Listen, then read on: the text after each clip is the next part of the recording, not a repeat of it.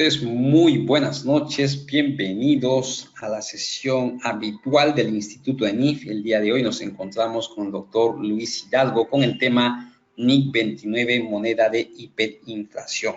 Sin más preámbulos entonces, voy a cederle la presentación y el micrófono al doctor Luis Hidalgo. Doctor Luis, ¿cómo está? Muy buenas noches, encantado de tenerlo nuevamente en plataforma.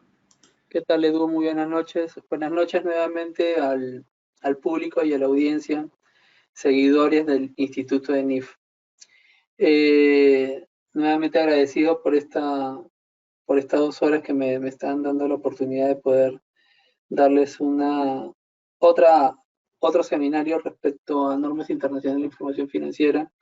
En este caso, el tema de la norma 29.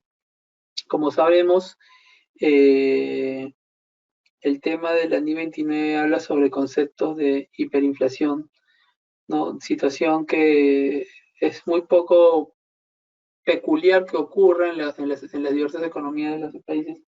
Sin embargo, pueden haber estos conceptos. Entonces, si nosotros un poco hacemos un análisis o una evaluación de los países que están afectados por estos conceptos, y miramos un poco el mapa en los países latinoamericanos, podemos decir de que actualmente Venezuela se encuentra con una economía hiperinflacionaria, Argentina también, y algunos países centroamericanos. ¿Qué quiere decir eso? ¿Qué significa hiperinflación en conceptos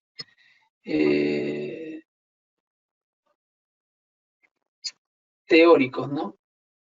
Inflación significa que tú te excedes, ¿no?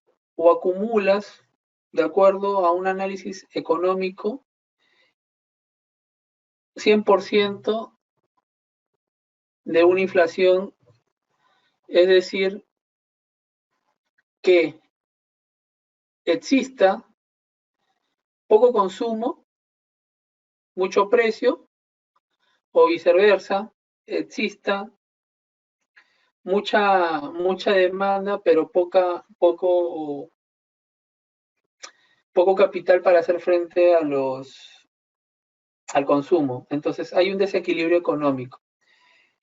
Y ese desequilibrio económico se convierte en una evaluación en una economía de que tanto la oferta y la demanda no estén equilibradas.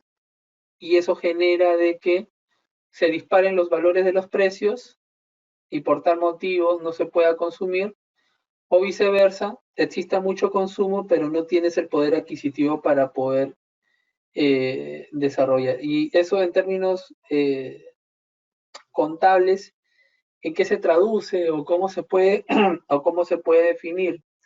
Acuérdense, señores, de que ante estas situaciones, la mayoría de las compañías lo que buscan es especular.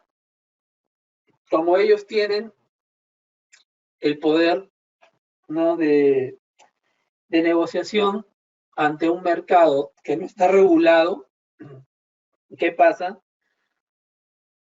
Que puede ser vender el valor de los bienes a precios muy altos. Y que el mercado no tenga el poder adquisitivo, de poder comprarlos.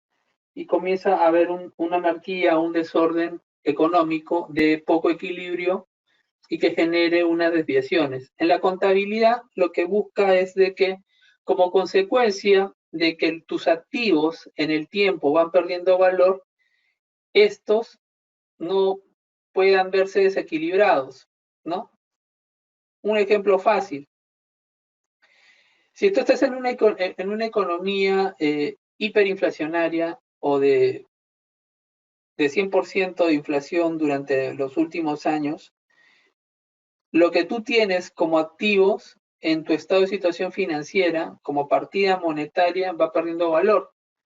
¿Por qué? Porque el valor que tú le asignaste va cambiando constantemente, ¿no? Es que no hay un mercado regulado o en un mercado donde puede haber un equilibrio económico. En ese sentido, ¿qué hace esta norma contable? Busca que tú actualices ¿no?, esos activos y esas obligaciones a través de un índice de precio, ¿no?, que es el índice de precio de la inflación, para que actualices correctamente tus activos y pasivos y puedan evaluarse correctamente, ¿no?, presentarse correctamente en el estado de situación financiera. Por ejemplo, yo me acuerdo mucho que acá en el Perú, cuando nosotros sufrimos el concepto de inflación, entre los años, entre 1990, si no me equivoco bien, al 2004, 2005, nosotros hacíamos contabilidad aplicando la norma 29, que esta norma todavía estaba siendo revisada, y lo que se hacía era actualizar los activos y pasivos bajo un concepto de índice por inflación. Ese índice por inflación vendría a ser el índice del precio del mercado en el cual tu economía se encuentra, que es más o menos el concepto de cómo va creciendo tu PBI, ¿no?, incluyendo algunos factores macroeconómicos que hacen de que tu activo y pasivo no se pierdan, sino que se actualicen con la finalidad de presentarlo correctamente. Entonces, esta norma contable, eso es lo que busca, ¿no?, a través de, en otras palabras, que dice remedir la moneda a su traducción, y que tu poder de economía que está perdiendo valor se ponga en un concepto estable. ¿Ok? Entonces, esto es el concepto de la norma 29. Por eso, en las economías que tienen este problemita, todos los meses los de diversos departamentos de contabilidad lo que hacen es actualizar a través de un índice del precio al consumidor. Pero me preguntarán, ¿y qué partidas se deben actualizar? Se deben actualizar las partidas que cambian y las partidas históricas. Acuérdense mucho de que, por ejemplo, tus activos fijos y tu patrimonio, que son considerados activos no monetarios, van perdiendo en el tiempo su valor, porque obviamente lo que tú compraste en algún momento en el tiempo ya no va a valer lo mismo. Entonces, ¿por qué? Porque tu economía está con un concepto de inflación, es decir, en vez de el valor del activo generar un crecimiento, está decreciendo. Entonces, lo que busca esta norma es que el valor de tu activo monetario y no monetario se actualicen a través de estos conceptos del índice del precio al consumidor. ¿Cuál es el tratamiento que se tiene que evaluar en las contabilidades? Lo que te dice es, tienes que ajustar todas las partidas no monetarias. No se ajustan las partidas monetarias porque las partidas monetarias se supone que están a sus condiciones de mercado y es lo que valen, y está definido por el poder adquisitivo. Sin embargo, los activos no monetarios que en su momento estaban a su valor económico, al momento que tú adquiriste, sí pueden perder algunos conceptos de valor. Entonces, lo que buscamos a través del concepto de la NIF 29 es que esos conceptos de valor no se pierdan en el tiempo. ¿Ya? Acá hacemos mención también importante porque esta norma la estamos evaluando, la estamos estudiando, y ustedes me preguntarán, de repente, usted, profesor Hidalgo, que está en Perú, su economía no es una economía inflacionaria, pero yo sé y tengo entendido que el Instituto de NIF abarca muchos países latinoamericanos que pueden haber sufrido ese concepto, ¿no? Pero también hay que mencionar de que hay otra alternativa para evitar este concepto de llevar el estado financiero a un tratamiento de NIF 29, es cuando, por ejemplo, hay mercados que su moneda local la cambian y la dolarizan por una moneda más fuerte, con el sentir de que esa moneda no se pierde en el tiempo. Por ejemplo, en Latinoamérica, los países donde ya han dolarizado, donde su moneda anterior era una moneda local, ahora la han cambiado por el dólar. Por ejemplo, nuestro vecino, el Ecuador, ¿no? Otro país donde también su concepto de moneda perdió valor en el tiempo, por ejemplo, El Salvador, que ahora es el dólar, ¿no? Entonces, podemos mencionar muchos países donde para evitar, ¿no?, que una migración o un efecto de tratamiento contable bajo NIF 29, lo que en algunos países las economías lo que buscan es dolarizarlo, es decir, pasar de una moneda con problemas a una moneda más estable, con la finalidad de poder medir correctamente un equilibrio económico en su mercado y dar estabilidad, ¿no? Y poder equilibrar el concepto de la especulación. Acuérdense que el concepto de una especulación en un mercado con inflación te desequilibra, porque el consumo que va ligado al concepto del precio ya no tiene un margen de mercado regulado normal, ¿no? ¿Por qué?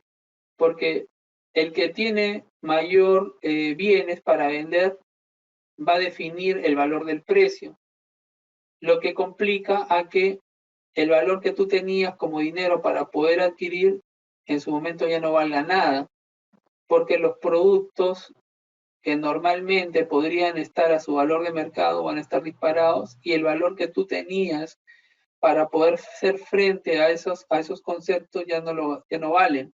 En ese sentido, y bajo ese concepto y bajo esa premisa, esta norma es la que te busca analizar ese equilibrio económico, ¿ya? Mencionemos, y acá este slide es muy importante porque hay algunos puntos que sí tendríamos que enriquecer en el sentido de entender, oye, ¿cuáles son las características de una economía con hiperinflación? Te dice, ¿no? Características de la hiperinflación según I-29. Riqueza acumulada en activos no monetarios. Moneda extranjera estable. Montos monetarios expresados en términos relativos de una moneda estable. Precio denominado, eso es lo que busca. Precios para ventas de créditos, compras calculados para compensar pérdidas esperadas en el poder adquisitivo. Intereses y salarios de precios ligados a un índice de precio y la inflación acumulada durante los últimos 3 años. Eso es lo que, bajo esas premisas, se define que tú estás bajo una economía inestable, donde obviamente hay una economía con inflación en el cual se tiene que evaluar el tratamiento de la norma 29. No hay que ser tampoco muy duchos en conceptos económicos para poder entender y para poder comprender qué economía está inestable. O sea, si tú, haciendo labores de trabajo, no puedes adquirir un producto porque el valor del dinero que tú tienes no remide el valor de un producto, es porque hay un problema de ¿qué? De precio y cantidad consumida. Entonces, ya de ese momento, la fijación de una economía hiperinflacionaria o con inflación ya se da. Entonces, ese es el concepto o ese es el análisis donde obviamente uno tiene que partir. Por eso te dicen que hay riqueza acumulada en activos no monetarios. Efectivamente, al tener un bien y al tú no tener poder adquisitivo, es muy complejo o muy difícil de que tú puedas acceder al bien. Los montos monetarios no expresados en términos de una moneda extranjera. Obviamente, lo que tú vas a buscar es, al ya tu moneda local ya no tener la fuerza comercial o la fuerza para poder transferir esto o intercambiar algún producto, lo que tú buscas es dolarizar o cambiar a una moneda más estable. para poder desarrollar la producción económica que tú como negocio, como empresa vas a buscar, ¿no?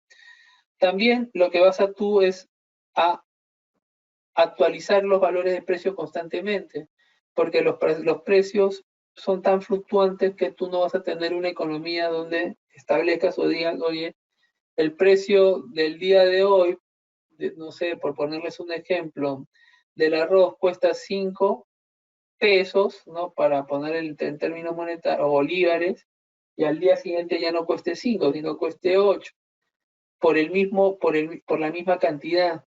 Entonces, al tener un mercado de especulación y al no tener un mercado regulado, obviamente los productos pueden aumentar, pero el valor del precio puede descender, ¿no?